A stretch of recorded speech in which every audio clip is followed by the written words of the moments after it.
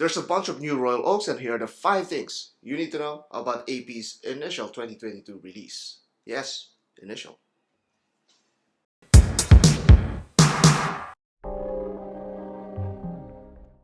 Number 5. Novelties.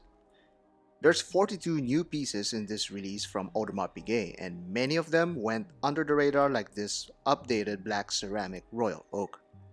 Some are even more forgettable like these gem-set Royal Oak Offshores, a cautionary tale of listening to people saying why not.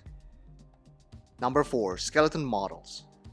There are people saying why yes to some of the Royal Oak novelties, such as these beautiful Tourbillon models that's both crowd pleasers and collector darlings.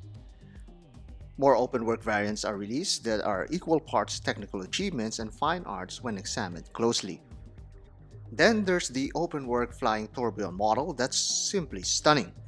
This is arguably the best release of this current lineup with its reworked bridge skeletonization and that flying tourbillon as its centerpiece.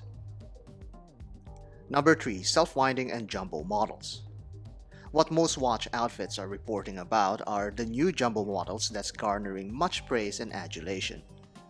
The best of the bunch is this all-gold case, bracelet, and dial version that also has a smoked-out fume surface. The self-winding lineup also got many refreshed references, but this ice blue dial is a complete standout and is likely going to get some of that Tiffany hype we've been seeing lately. Some like me may find it difficult to discover any differences from the previous models, but then again, we wouldn't want to change an icon just for change's sake. Number 2. Aesthetics.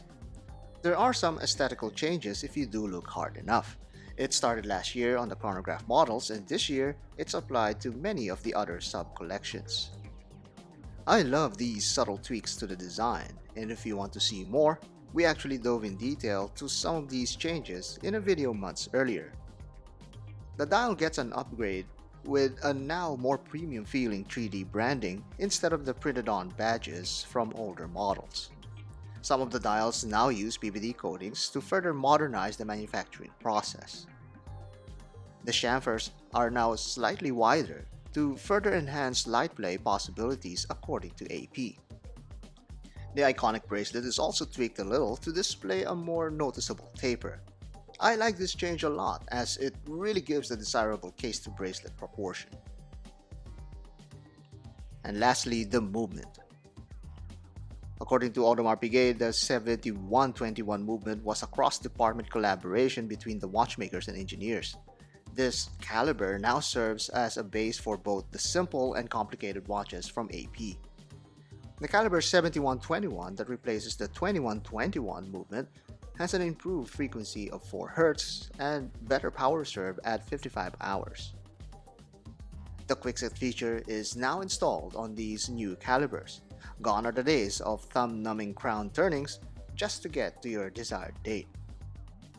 AP will also be decorating their now ball-bearing rotor with a 50 years emblem.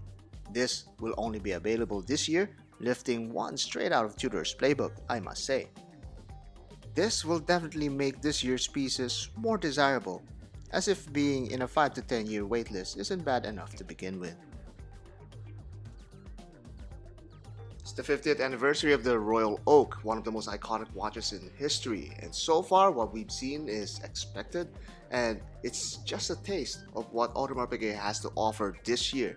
And according to Ramblings, we're yet to see some of the concepts and limited editions that they're yet to unveil. So we'll stay tuned for those, and for sure there's some crazy pieces that are yet to come. Yet to come.